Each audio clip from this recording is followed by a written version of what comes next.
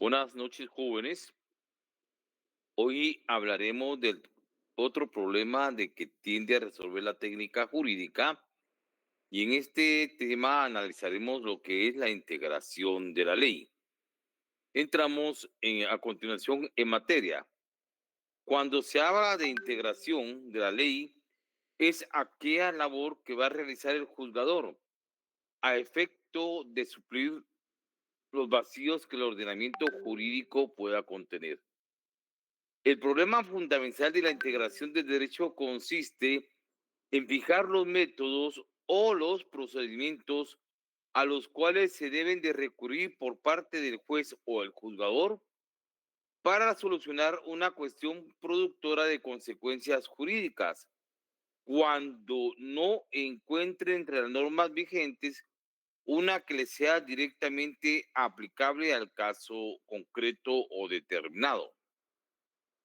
El objeto principal de la integración en lo que el derecho se refiere es cubrir las denominadas lagunas legales o lagunas de derecho.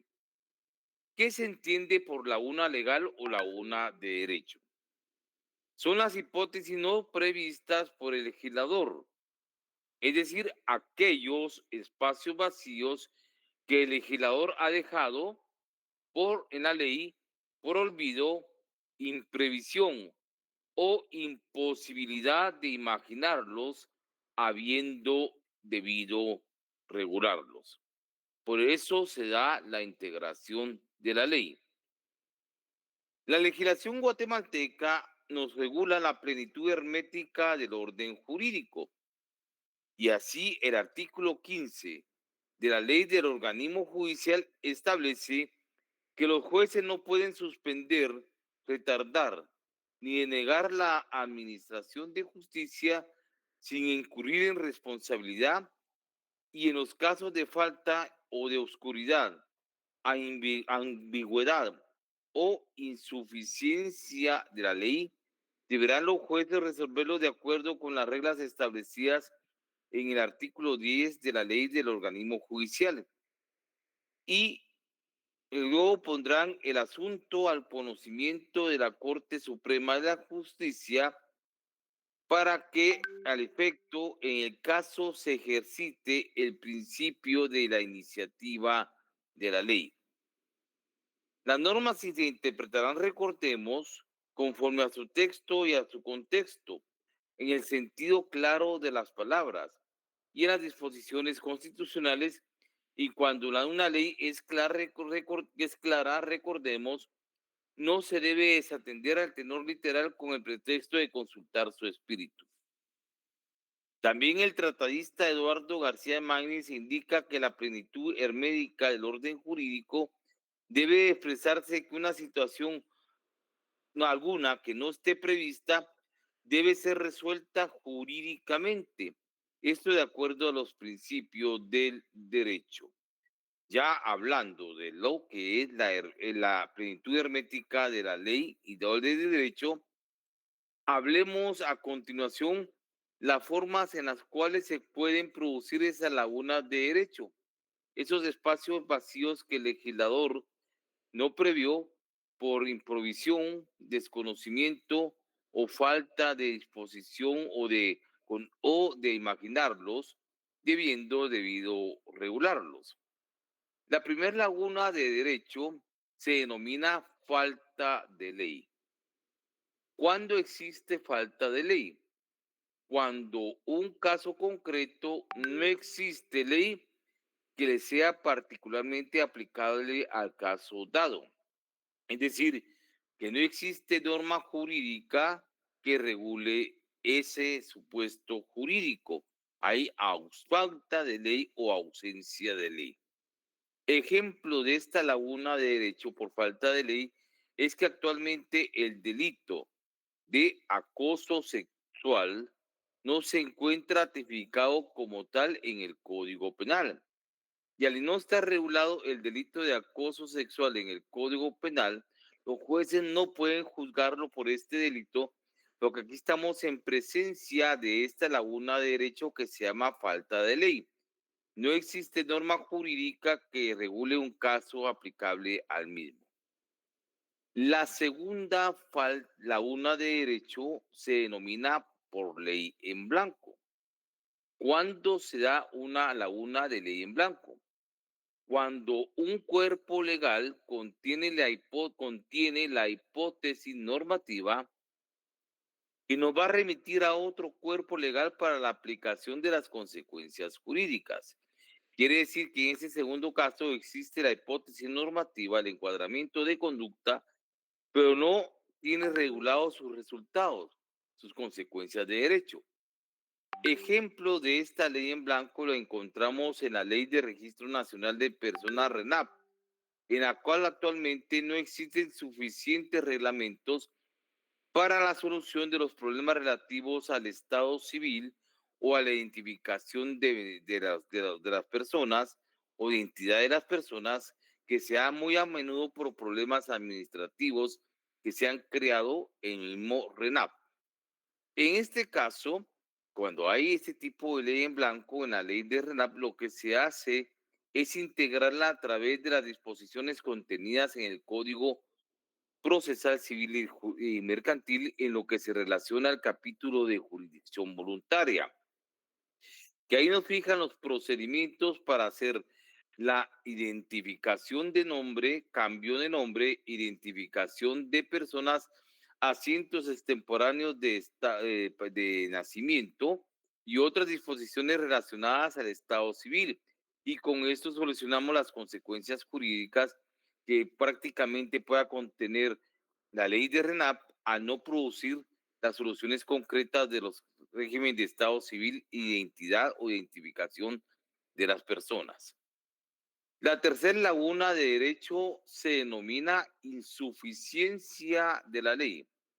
¿Cuándo existe insuficiencia de la ley? Cuando una norma jurídica que es aplicable a un caso determinado, la misma es insuficiente, carece de rigor jurídico para resolver un caso concreto. En este insuficiencia de la ley lo encontramos regulado en el artículo 15 del Código de Trabajo, que establece que los casos no previstos en el Código de Trabajo deben de resolverse, indica la ley, en primer término, de acuerdo a los principios del derecho del trabajo. En segundo lugar, de acuerdo a la equidad, a la costumbre o al uso locales en armonía con dichos principios. Y por último, por los principios y leyes que establece el derecho común, que es lo que conocemos actualmente como derecho civil. Y la cuarta laguna de derecho se denomina ley injusta. Cuando la norma jurídica formulada para regular una situación jurídica es injusta, existe entonces una omisión de regulación, pues en su esencia la ley no es coincidencia con el principio de justicia, apartándose de su función primordial. Ejemplo de ley injusta, podemos indicar que la imposición de tributos o impuestos, en los cuales los pobres lógicamente pagan poco o nada por su situación económica y la clase media paga más de los impuestos que les son regulados de conformidad con la ley.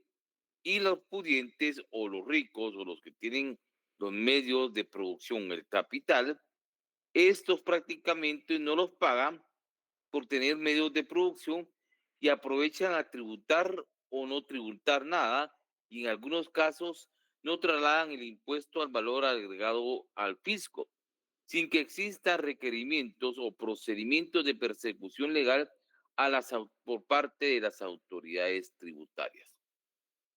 Hemos visto estas cuatro lagunas de derecho: de falta de ley, de en blanco, insuficiencia de la ley y ley injusta.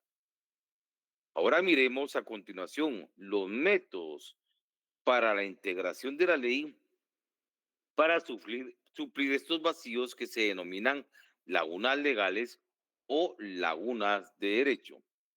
El primer método de integración de la ley se denomina analogía. ¿En qué consiste la analogía como método de integración de la ley? Es aplicar un caso que no aparece contemplado de manera directa y especial con ninguna norma jurídica, con otra norma jurídica prevista para un supuesto de hecho distinto, pero con el cual la norma que contiene el vacío legal guarda identidad o puede guardar semejanza.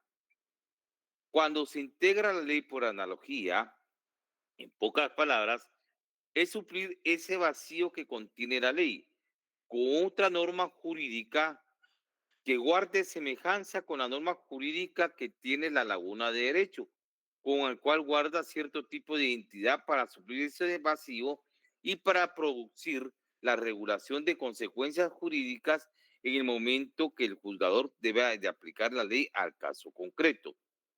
En analogía, existen dos excepciones en las cuales no se puede aplicar la analogía para integrar la ley, y estas son en materia penal y en materia tributaria. En materia penal no es posible aplicar la analogía para resolver casos concretos.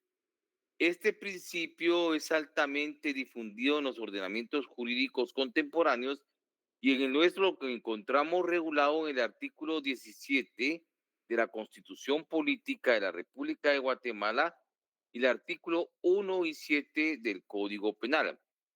¿Por qué no se puede aplicar en materia penal la analogía? Porque los jueces no pueden crear figuras delictivas de las que no estén reguladas o tipificadas en el Código Penal como delito o en leyes penales especiales. Le está prohibido crear figuras delictivas de las que no se encuentran reguladas en el Código Penal. Por eso no se puede integrar la ley por analogía en materia penal. Y en el campo de materia tributaria de conformidad con el artículo 5 del Código de Tributario, solo se permite crear obligaciones tributarias que estén reguladas y estipuladas mediante la ley. No se pueden crear figuras tributarias de las que no se encuentran establecidas o reguladas en el Código Tributario. El segundo método de integración de la ley consiste en la equidad.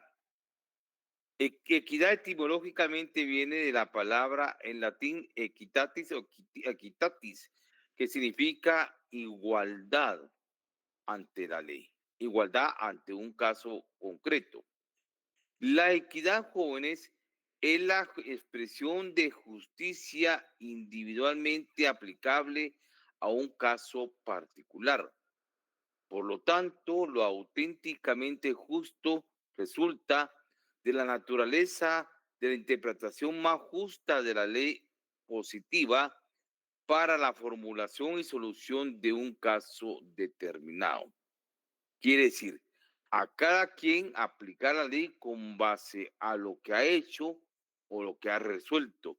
El juzgador tiene que buscar el principio de igualdad ante la ley, lo equitativo, lo justo de un caso particularmente aplicable con la ley positiva para crear certeza y seguridad jurídica y crear justicia aplicando la equidad.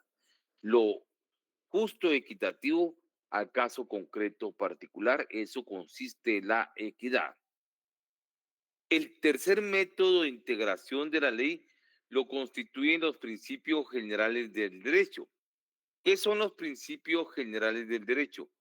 Son los antecedentes del ordenamiento jurídico positivo que el legislador se ha inspirado y lo ha impregnado en todo el sistema jurídico, y estos van a constituir formalmente muros maestros o pilares fundamentales en los cuales se fundamenta la estructura de todo sistema jurídico vigente. Ejemplos de principios generales del derecho es la legalidad, el principio de justicia, el principio de equidad, el principio de igualdad ante la ley, el principio de imparcialidad en la aplicación de la ley, el principio de objetividad en la ley para la solución de casos concretos, el debido proceso, la presunción de inocencia. Todas esas garantías que están y otras que están consagradas dentro del ordenamiento jurídico de un Estado son los principios generales del derecho, en los cuales el juzgador debe fundamentarse en resolver los casos concretos en la administración de justicia. Y por último, encontramos la legislación común. También es conocida como derecho común y actualmente a través de su devenir histórico lo conocemos con el nombre de derecho civil. El derecho común o la legislación común o el derecho civil es la rama del derecho del cual nacieron y fueron desprendidos de las demás ramas jurídicas del derecho. Del derecho civil surgió el derecho penal, el derecho laboral, el derecho constitucional, el derecho tributario, el derecho de familia, los códigos procesales penales, códigos procesales civiles y mercantiles, códigos tributarios, en fin, todo el derecho surge de la legislación común, actualmente del derecho civil, que es la matriz de todo lo que es actualmente nuestro ordenamiento jurídico occidental. Y esto surgió por la necesidad del constante desarrollo de regulación de las normas de conducta a través de diferentes ramas del derecho. Su antecedente histórico del derecho común, de la legislación común, hoy conocido como derecho civil, es el derecho romano. Por suerte, es un curso que dentro del segundo semestre ustedes lo tienen como asignatura y todas las instituciones jurídicas que ustedes están analizando y estudiando ahí forma parte de lo que es actualmente nuestro derecho civil. Y esta es la matriz de todas las ramas del derecho. Con esto concluimos el tema de integración de la ley o del derecho. Lo vamos a dejar en este momento en el uso de la palabra para que ustedes hagan sus preguntas, consultas o dudas que tengan del método del sistema de interpretación de integración que hemos analizado a continuación y los dejo en el uso de la palabra.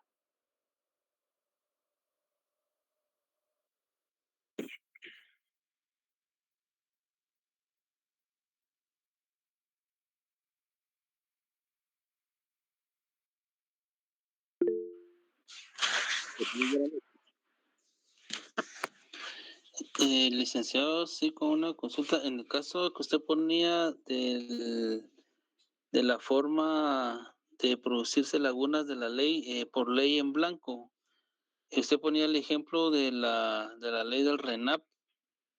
En este caso, o sea, una ley no tendría que considerar prácticamente todas las circunstancias que se pudieran dar, de tal manera que no fuera necesario digamos, estar consultando algunas otras leyes para poder resolver este tipo de casos, porque digamos que tal vez no serían como casos específicos que se pudieran dar en la actividad que desarrolla el RENAP, sino que digamos serían casos como semejantes o si son casos concretos los que se pudieran consultar en la otra ley. Primeramente son casos concretos, en la última pregunta que usted realizó. ¿Por qué se da? Y eso se va a dar siempre en nuestro ordenamiento jurídico, porque nuestros legisladores, nuestros diputados, carecen de técnica legislativa. Muchos no conocen cómo se elabora una ley. Contratan asesores jurídicos que están igual o peor con el conocimiento de la aplicación de la técnica jurídica adecuada para crear las normas jurídicas y regular específicamente lo que se pretende normar. Y esto da como circunstancia este desconocimiento de regular conductas de hipótesis y sus consecuencias jurídicas dan lugar a espacios vacíos que el legislador va a dejar siempre marcado en nuestra ley. ¿Por qué motivo dice? Porque se le olvidó regular una conducta concreta adecuada, porque hubo improvisación de la norma jurídica de la ley, como normalmente pasa, imposibilidad de imaginar formas de conducta o prácticamente ignorancia de la ley, habiendo debido regularlos. Y esto no crea lagunas de legales o lagunas de derechos. No deberían de existir. Lógicamente, en un Congreso altamente con una técnica legislativa adecuada, pero lamentablemente la situación actual es diferente y ha pasado, y por eso existe ese tema de integración de la ley, porque los legisladores nos crean lagunas legales por desconocimiento de la aplicación de la ley. Y en caso del RENAP, fue una ley que le hicieron prácticamente a la carrera, no improvisaron y toda la forma en que crearon el RENAP, y los reglamentos que existen ahora son insuficientes para solventar los problemas que realmente en el REMAP crearon al momento de digitalizar y trasladar la información de los registros civiles y municipales a los actuales. En la digitalización cometieron graves errores en el estado civil de las personas, en la identidad de las personas, nombres, apellidos, etcétera. Entonces, esos errores hay que suplirlos, pero no tenemos reglamentos suficientes en el RENAP que suplan estos.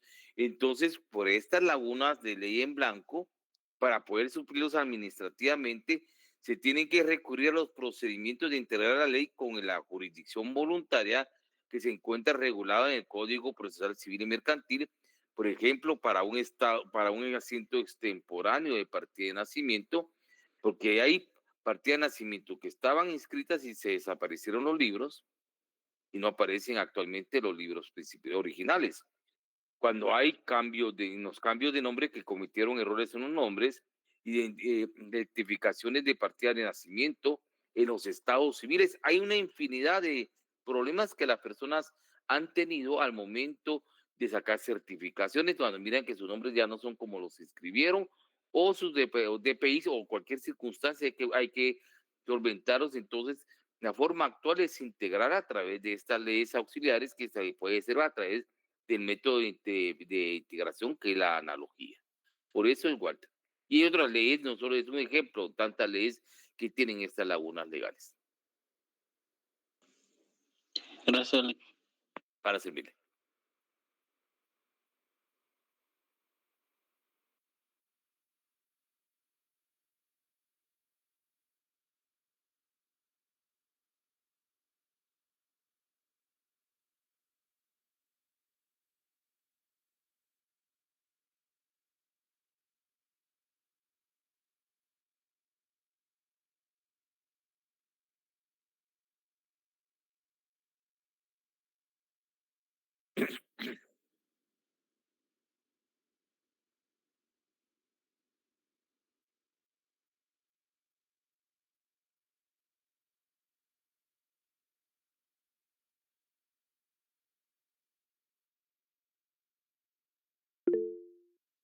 Sí, Walter, lo escucho. Perdón, le otra consulta. Lo que usted hablaba acerca de la ley injusta respecto a la imposición de tributos. Digamos que en este caso, como ya con la experiencia que ha tenido el Estado en la recaudación de tributos, pues evidentemente se ha dado cuenta de las situaciones que se pueden dar con respecto al cobro de tributos para personas que tienen quizás menos recursos que quizás las empresas, ¿verdad? Y que son las que evaden más.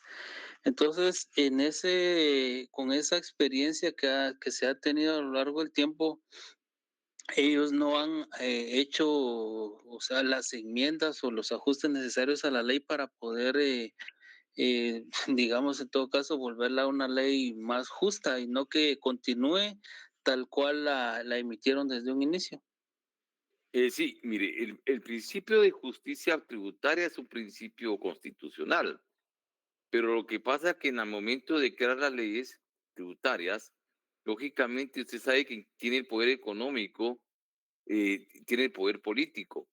Y lamentablemente nuestros legisladores siempre tratan de proteger los intereses de quienes han financiado sus campañas políticas.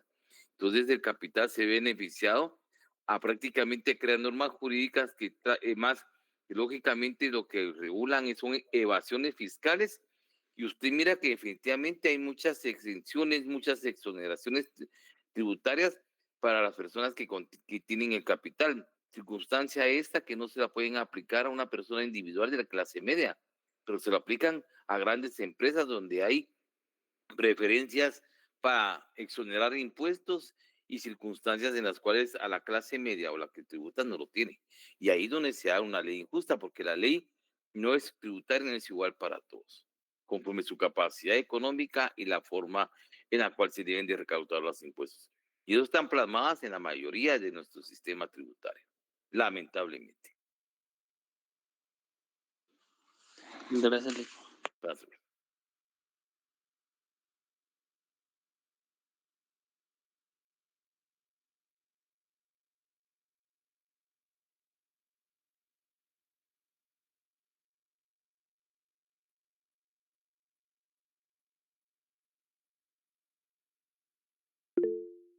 David, buenas noches. Buenas noches, licenciado. Solo con una pequeña consulta. ¿Por qué es que la analogía no se aplica en materia penal? Disculpe. Porque no se creen, no se pueden, los jueces penales no pueden crear figuras delictivas de las que no se encuentran reguladas o tipificadas en el Código Penal o en leyes penales especiales. Tienen que regularlo con lo que se encuentra establecido como delito en el Código Penal. Ah, muy bien. Gracias, Lic. A servirle, David. Disculpe, licenciado, ¿nos podría dar un ejemplo con lo de los mareros que está sucediendo ahorita con la ley y todo, basado en esto que acabamos de leer? No los pueden, actualmente no pueden ser juzgados como terroristas, porque ellos están juzgados como asociaciones ilícitas o está regulada la extorsión, en pocas palabras. Pero a los mareros como grupos criminales terroristas no los pueden tipificar como terrorismo, porque el terrorismo no incluye ese tipo de grupos delincuenciales hasta el día de hoy. Entonces, para poderlos declarar como terroristas, el Congreso de la República tiene que crear la ley que tipifique y regule el terrorismo de las acciones, de las asociaciones esas delictivas conocidas como maras o como grupos criminales. Por eso un juez no los puede catalogar como terroristas si no existe regulado en el Código Penal terrorismo producidos por las pandillas o grupos conocidos en nuestro medio como maras.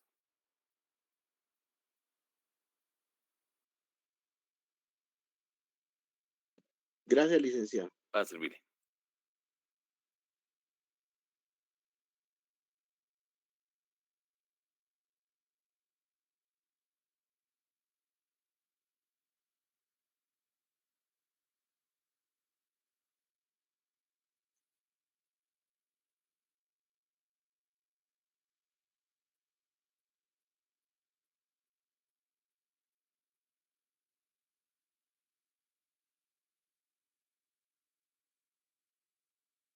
¿Alguien más que tenga alguna duda o que desee preguntar algo, jóvenes?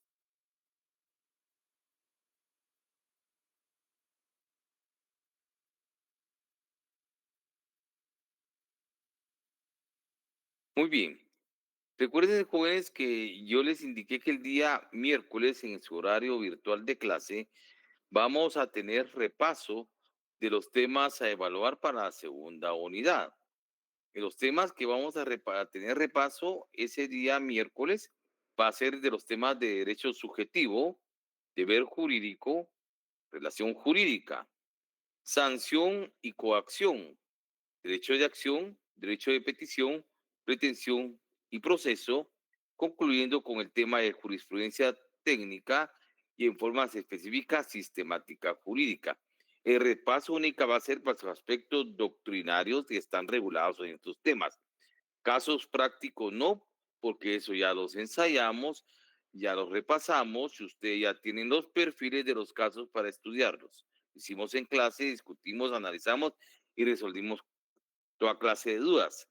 Recuérdense que el examen tiene una zona de 40 puntos, 25 puntos que son de preguntas de doctrina de los temas que les indiqué, 15 puntos prácticos distribuidos de la forma siguiente: 5 puntos de un caso de la sanción de no coincidencia y 10 puntos del caso de relación jurídica.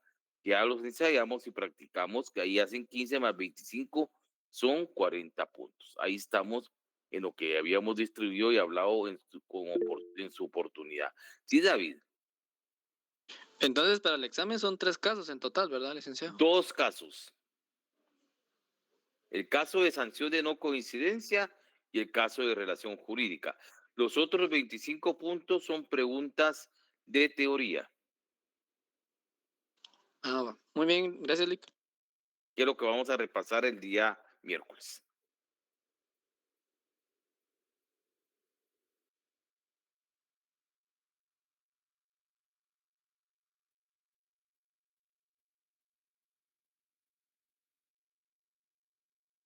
¿Alguna otra duda, jóvenes, o algo que desean que se le aclare? David. Nick, disculpe, ¿nos podría decir cuáles serían los principios generales del derecho? Los principios generales del derecho son todos aquellos principios que el legislador ha impregnado en el ordenamiento jurídico, que se ha inspirado para crear la ley, para crear el derecho. Y esos son pilares o estructuras fundamentales en los cuales se fundamenta el derecho, que están establecidos en toda la ley, toda nuestra legislación.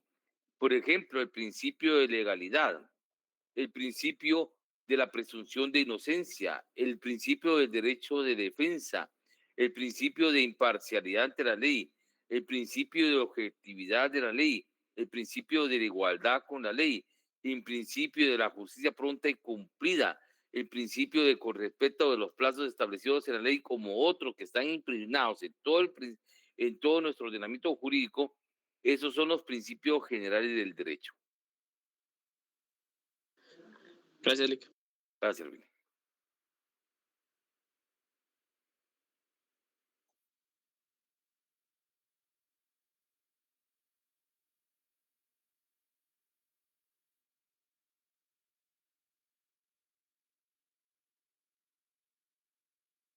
Bien.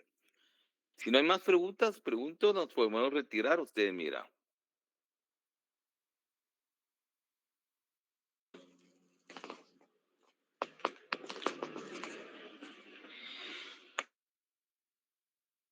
Muy bien, en vista de que no, ya está discutido el tema. Entonces, jóvenes, los vemos mañana en su examen segundo parcial de Derecho Romano y el día miércoles en su clase virtual de repaso. Buen descanso, buenas noches, jóvenes. Buenas noches. Buenas noches, Lick. Buenas noches.